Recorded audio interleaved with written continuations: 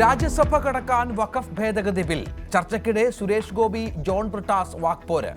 ഈ ബില്ലിൽ നിങ്ങൾ ഊന്നുമ്പോൾ മുനമെന്ന് പറയുന്നു. എത്രയോ പതിനായിരക്കണക്കിന് ആൾക്കാരെ നിങ്ങൾ ആട്ടിപ്പായിച്ചു.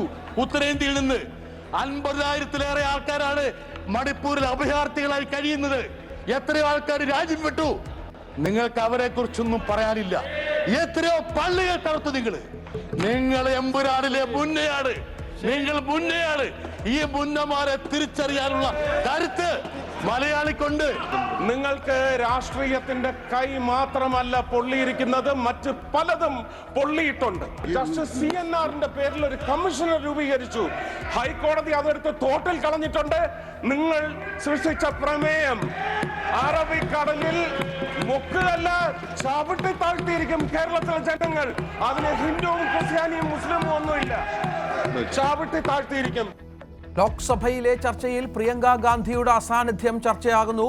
വിമർശനവുമായി CPM. MP വിദേശത്തെന്ന് കോൺഗ്രസ്.